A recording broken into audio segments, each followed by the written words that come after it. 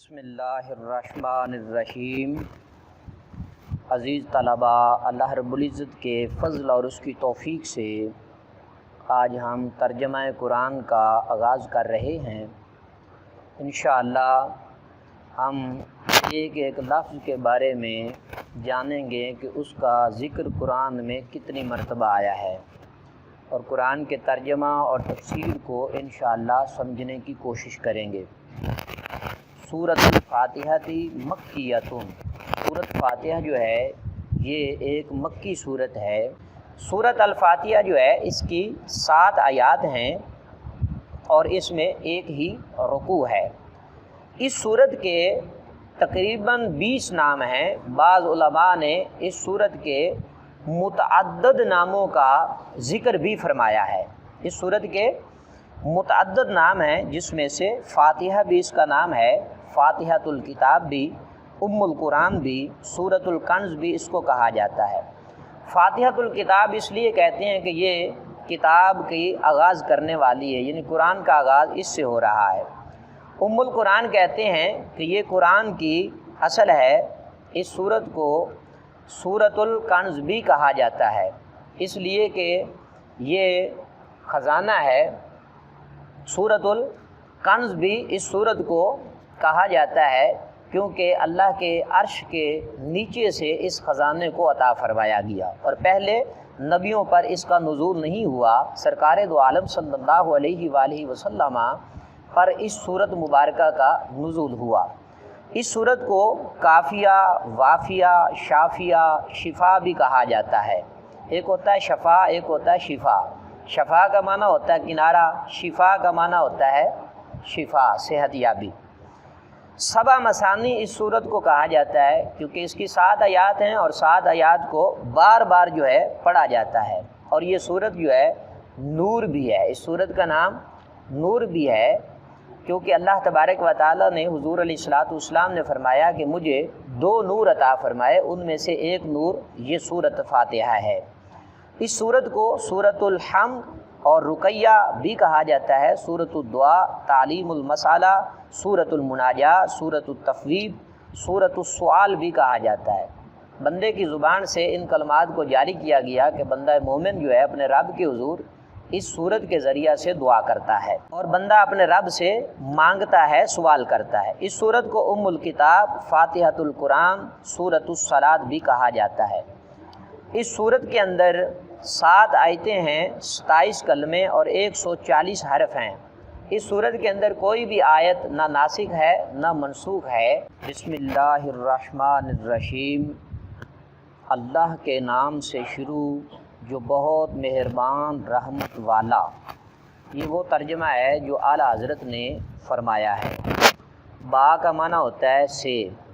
لفظ اسم جو ہے اس کا معنی ہے نام۔ لفظ اسم کا معنی ہے نام، اور یہ لفظ اسم جو ہے پورے قرآن میں 19 مرتبہ آیا ہے۔ کتنی مرتبہ آیا ہے؟ 19 مرتبہ۔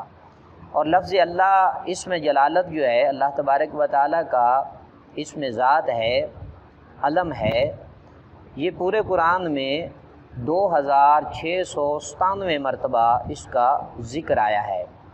الرحمن یہ اسم صفت ہے، اور اس کو اسم مبالغہ بھی کہتے ہیں۔ یہ اسم مبالغہ ہے۔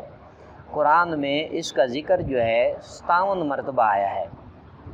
الرحیم یہ بھی مبالغہ کا صیغہ ہے، اور قرآن پاک میں اس کا ذکر جو ہے 95 مرتبہ آیا ہے۔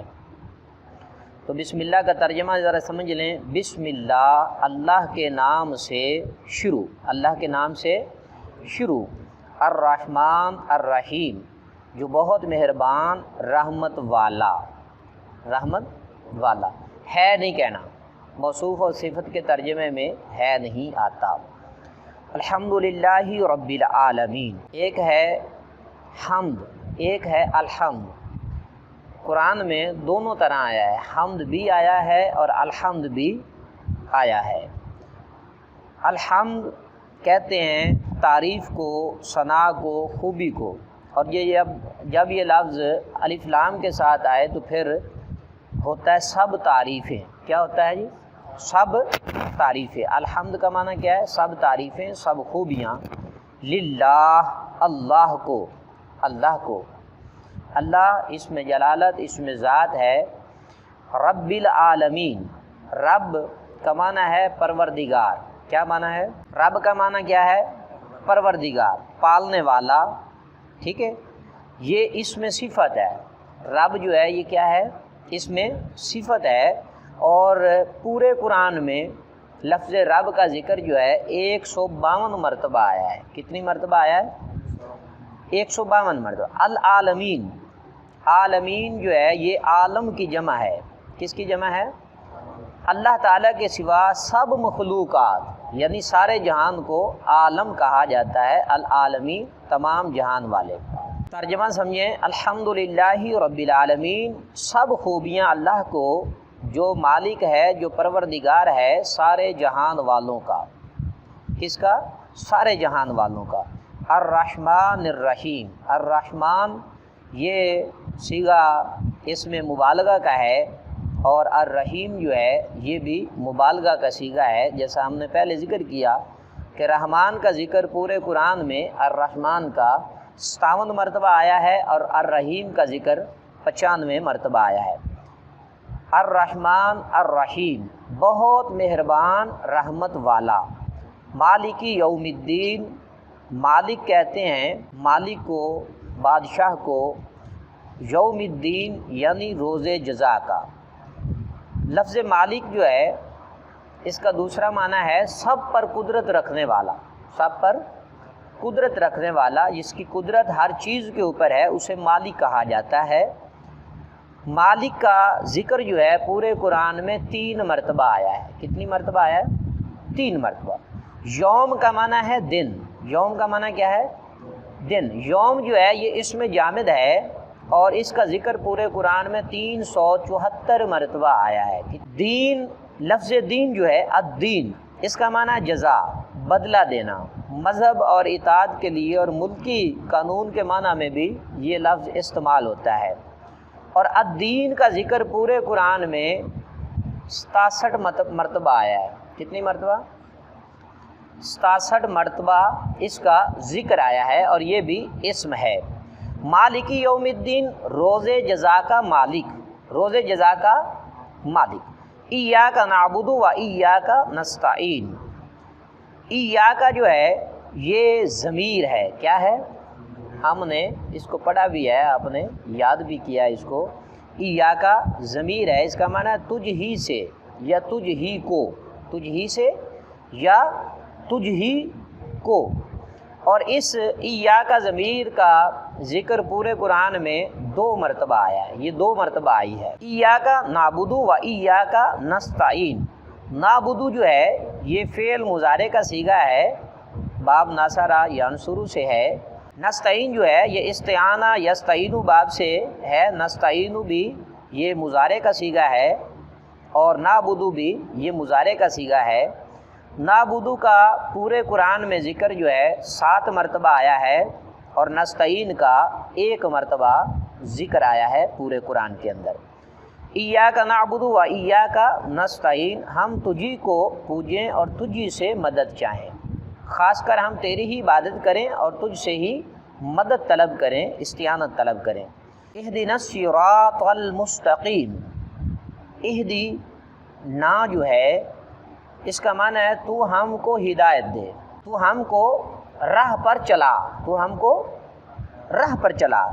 اہدنا الصراط المستقیم، یہ اہدنا جو ہے یہ امر حاضر کا صیغہ ہے، مع ضمیر مفعول ہے، نا جو ہے یہ نا جو ہے یہ ضمیر مفعول ہے، ہم کو چلا، الصراط المستقیم، سیدھا راستہ۔ لفظ الصراط کا معنی ہے راستہ، راہ کو کہا جاتا ہے، اور یہ اسم ہے، کیا ہے؟ اسم ہے۔ اس کا ذکر جو ہے 34 مرتبہ پورے قرآن میں آیا ہے، اور اہدنا جو ہے ضمیر کے ساتھ یہ پورے قرآن میں 2 مرتبہ آیا ہے، الصراط 34 مرتبہ آیا ہے۔ المستقیم اس کا معنی ہے سیدھا، درست راستہ، صحیح راستہ۔ اور یہ اسم فاعل کا صیغہ ہے، استقامہ یستقیم استقامتاً فہو مستقیم، اور اس کا ذکر جو ہے پورے قرآن میں 38 مرتبہ آیا ہے۔ ترجمہ سمجھیں، اہدنا الصراط المستقیم، ہم کو سیدھا راستہ چلا۔ بعض لوگوں نے سیدھا راستہ دکھا کا ذکر کیا، لیکن اعلیٰ حضرت نے اس کی وضاحت کی کہ اہدنا الصراط المستقیم، ہم کو سیدھا راستہ چلا۔ صراط الذین انعمت علیہم، صراط کا معنی ہے راستہ، الذین یہ اسم موصول ہے، اس میں الذی اللذان یہ ہم نے پڑھا ہے، ٹھیک ہے نا۔ الذین یہ اسم موصول ہے، اس کا معنی ہوتا ہے جو، جن، جنہوں نے، جو بھی معنی ہوتا ہے جن کے معنی میں بھی آتا ہے اور جنہوں نے کے معنی میں بھی آتا ہے۔ اور الذین کا ذکر جو ہے پورے قرآن میں 379 مرتبہ آیا ہے۔ انعمت علیہم، انعمت کا معنی ہے جن پر تو نے انعام کیا، انعمت کا معنی انعام کیا، احسان کیا، علیہم جن پر۔ انعمت جو ہے یہ ماضی کا صیغہ ہے، انعم ینعم انعامن سے لیا گیا ہے، تو انعمت یہ ماضی کا صیغہ ہے۔ پورے قرآن میں لفظ انعمت 5 مرتبہ آیا ہے۔ علیہم اس کا معنی ہے ان پر یا ان کے اوپر، علی حرف جار ہے اور ہم جو ہے اس کے ساتھ ضمیر ہے۔ علیہم پورا لفظ جو ہے یہ قرآن میں 158 مرتبہ آیا ہے۔ صراط الذین انعمت علیہم، راستہ ان کا جن پر تو نے احسان کیا، جن پر تو نے کیا کیا؟ احسان کیا۔ غیر المغضوب علیہم ولا الضالین، غیر یہ بھی اسم ہے، غیر کیا ہے؟ اسم ہے، اس کا معنی ہے سوائے یا مگر یا علاوہ کے معنی میں یہ استعمال ہوتا ہے۔ پورے قرآن میں غیر کا ذکر جو ہے 127 مرتبہ آیا ہے۔ المغضوب علیہم، المغضوب یہ غضب کے معنی میں ہے، غضب کے معنی میں، غصہ کے معنی میں، یعنی غصہ کیا ہوا یا غصہ کیا گیا۔ المغضوب جو ہے یہ اسم مفعول کا صیغہ ہے، کیا ہے؟ اس میں مفعول کا صیغہ ہے، یعنی غضب کیا گیا، علیہم ان پر، ولا الضالین اور نہ ہی نہ بہکے ہوئوں کا۔ ضالین جو ہے یہ گمراہ اور بھٹکے ہوئے کے معنی میں آتا ہے۔ المغضوب جو ہے پورے قرآن میں اس کا ذکر 1 مرتبہ آیا ہے۔ الضالین پورے قرآن میں اس کا ذکر جو ہے 8 مرتبہ آیا ہے۔ الضالین یہ اسم فاعل کا صیغہ ہے۔ عزیز طلباء ترجمہ کو پھر سمجھیں۔ صراط الذین انعمت علیہم، راستہ ان کا جن پر تو نے احسان کیا، غیر المغضوب علیہم نہ ان کا جن پر غضب ہوا، ولا الضالین اور نہ ہی بہکے ہوئوں کا۔ پروردگار تو ہم کو ان کے راستے پر چلا جو تیرے انعام یافتہ لوگ ہیں، جن پر تو نے احسان کیا ہے، نہ کہ ان لوگوں کا جن پر تو نے غضب فرمایا ہے اور نہ ہی بہکے ہوئے لوگوں کا۔ عزیز طلباء، اللہ تعالیٰ آپ سب کو علم نافع عطا فرمائے۔